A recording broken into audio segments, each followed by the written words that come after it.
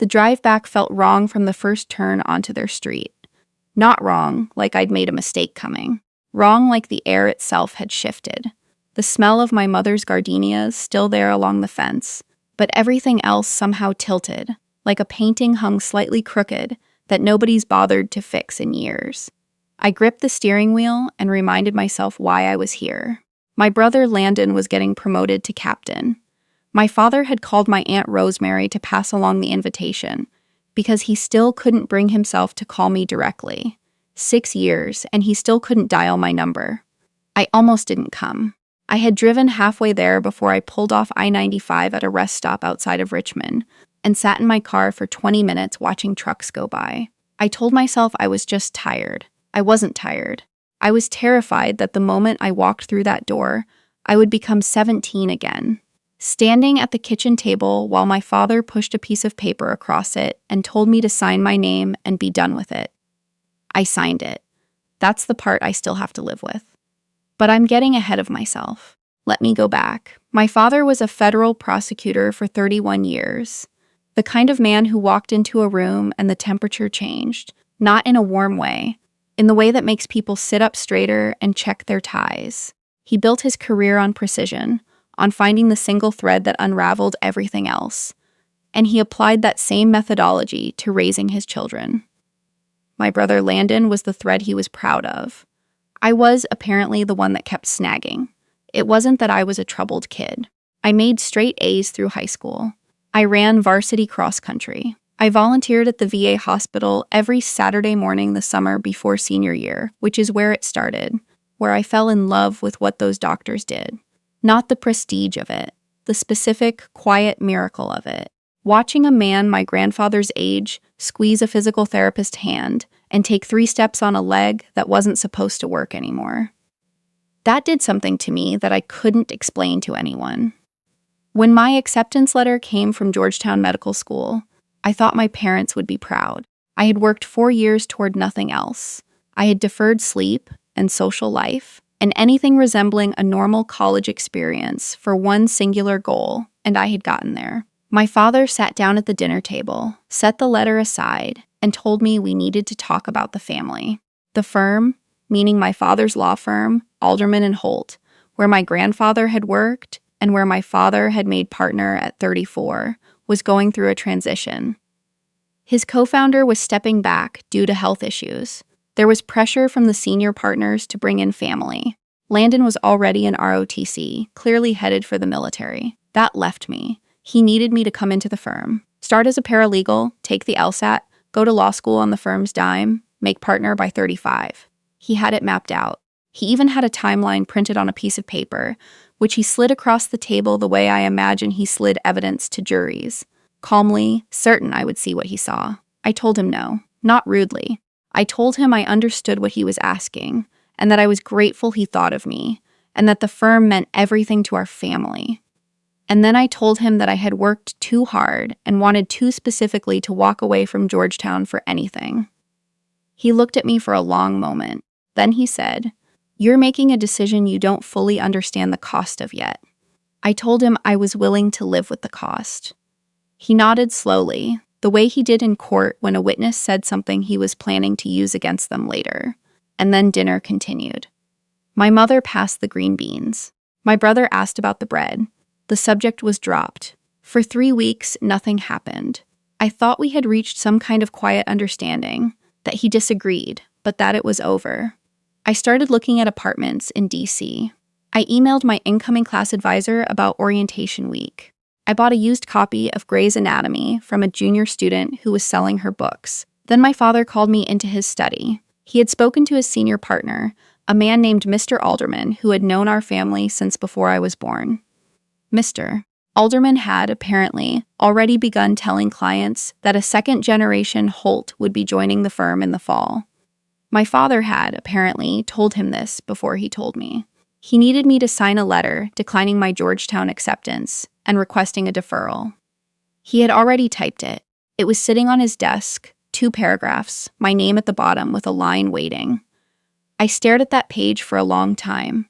He said the firm's reputation couldn't sustain the embarrassment of a public reversal. He said Mr. Alderman was 73 years old, and this was about legacy. He said he had never asked me for anything. I don't know why I signed it. I have asked myself that question approximately 10,000 times in the years since, and I still don't have a clean answer. Part of it was that I was 22, and I had never once in my life successfully refused my father anything that he truly wanted. Part of it was that he said, quietly, before I picked up the pen, "This family needs you to do this," and I had spent my whole life wanting to be needed by him. I signed the letter. I drove home that night and sat in the driveway of our house for an hour before I went inside. My mother came out eventually. She sat in the passenger seat without saying anything. She took my hand. She didn't tell me it was the right decision. She also didn't tell me it wasn't. She just sat there until I was ready to go inside, which is the most honest thing anyone did for me that entire year.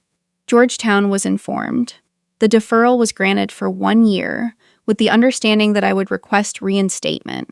I did not request reinstatement, because by the time that year was up, something had happened that my father had not accounted for in his timeline. I had started working. I took a job as a patient transport aide at Inova Fairfax Hospital because it was the closest I could get to medicine without credentials, and it paid $12 an hour.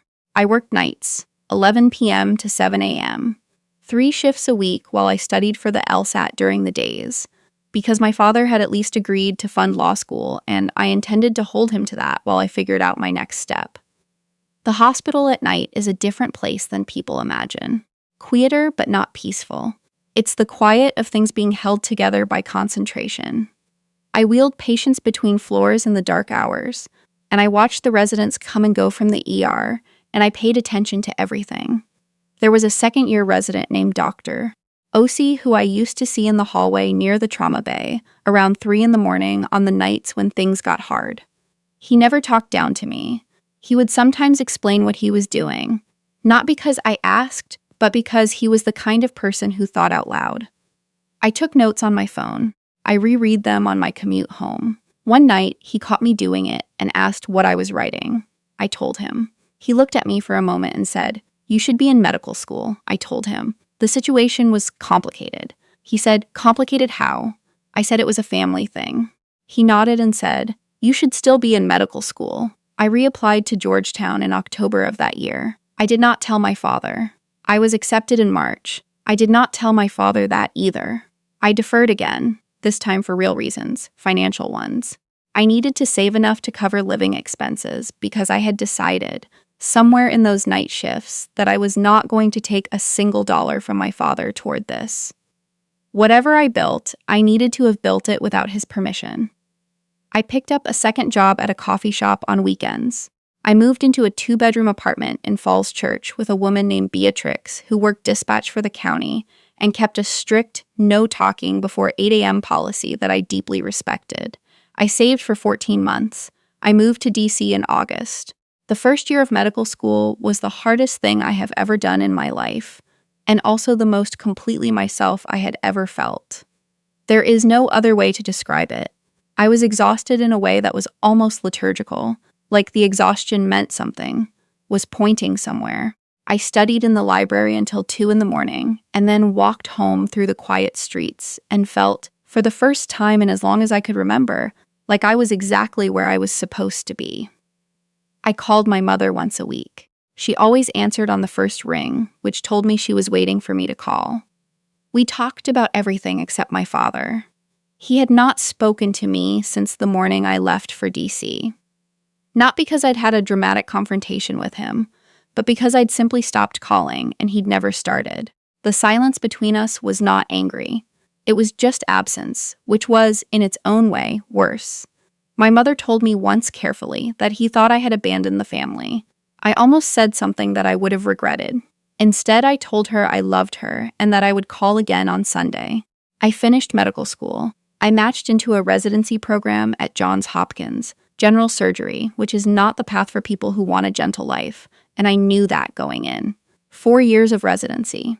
Then a fellowship in cardiothoracic surgery at UCSF, because I had found by then the specific branch of the work that made me feel the way I felt, watching that man take 3 steps on a leg that wasn't supposed to work.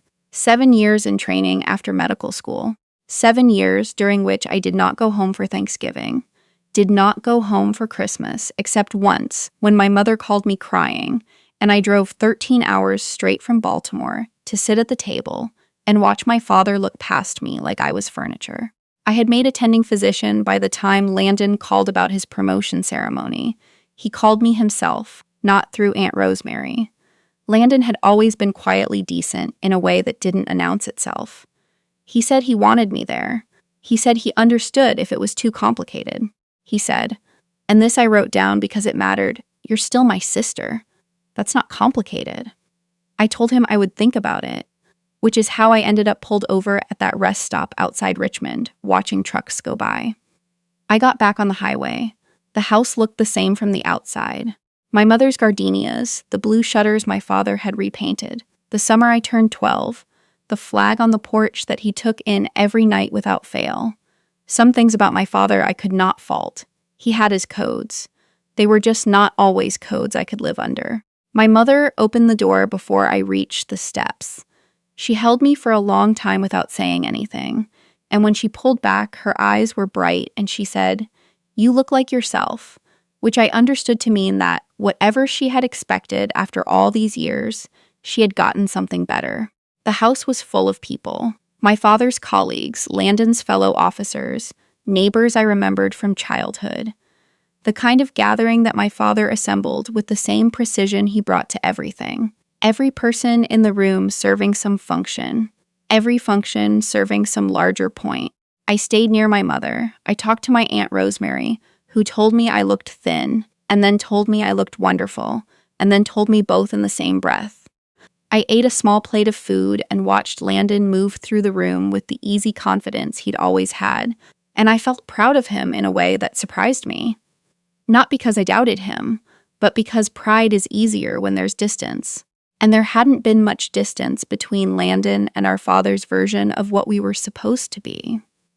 My father and I did not speak. He moved through the room, and I moved through the room, and we orbited each other at the careful distance of people who have an agreement without having spoken it.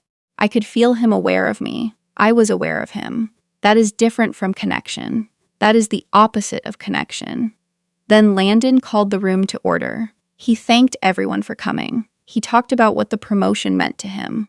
He mentioned my father, and the room applauded. And my father nodded with the contained satisfaction of a man receiving his due. Then Landon said there were a few people he wanted to acknowledge, and he turned and looked directly at me. He said, "My sister drove down from Baltimore, and I want everyone to know she didn't have to, and I'm glad she did." A few people turned to look at me. I felt my face get warm. And then I heard a voice from the other side of the room. "Excuse me." An older man was making his way through the crowd, tall, with the specific posture of someone who had spent decades being expected to stand straight and had simply never stopped. He had silver hair and the kind of face that has weathered so many different kinds of weather that it has stopped being surprised by any of them. He was looking at me. He stopped a few feet away. He looked at my face and then looked again more carefully, the way you look when you're trying to reconcile something you're seeing with something you already know. "Are you Dr. Holt?" he said.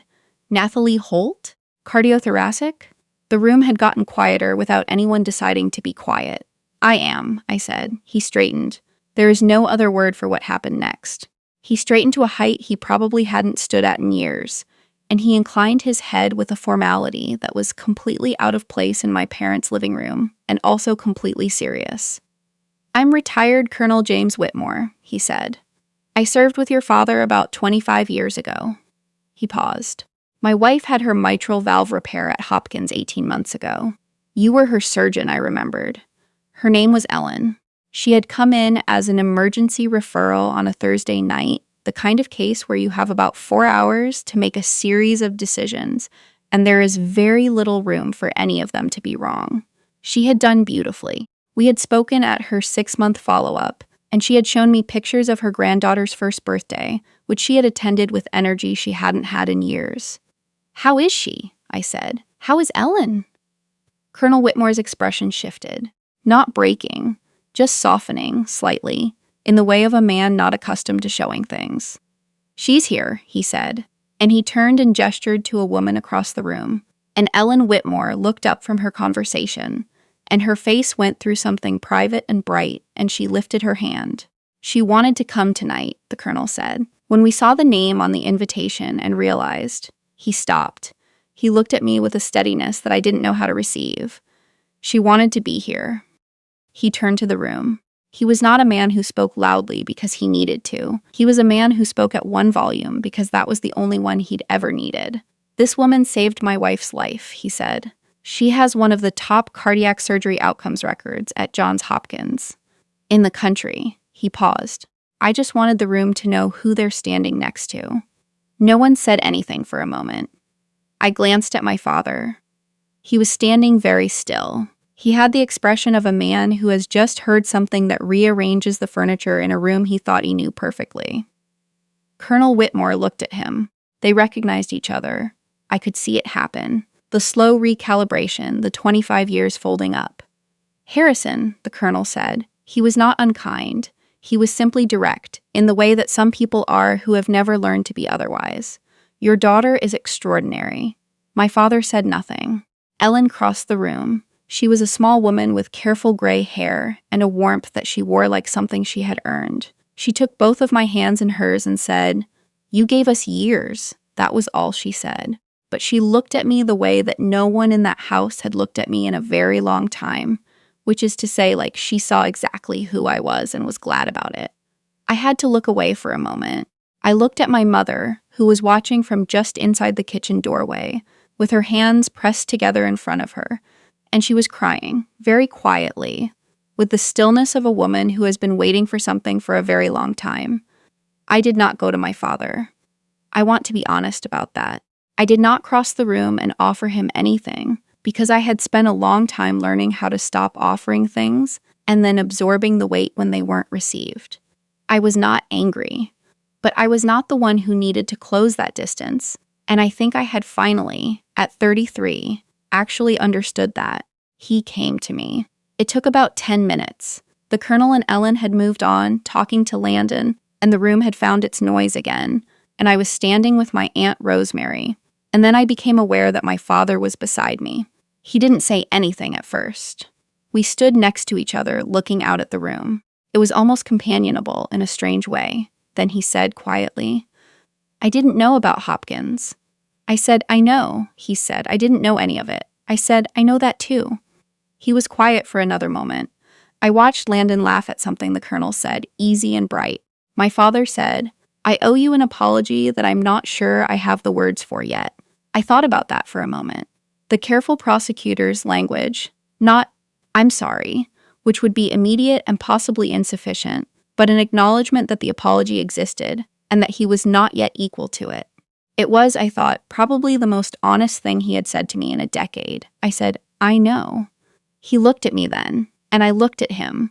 He looked older than I remembered, and also, for the first time in my memory, uncertain, and I had never seen my father uncertain about anything. It did not make me feel the satisfaction I might have imagined it would, back when I was 22 and signing that letter. It just made him look like a person, which he was, which had always been the problem, and also, maybe, the only possible way through. I said, "You should get back to your guests."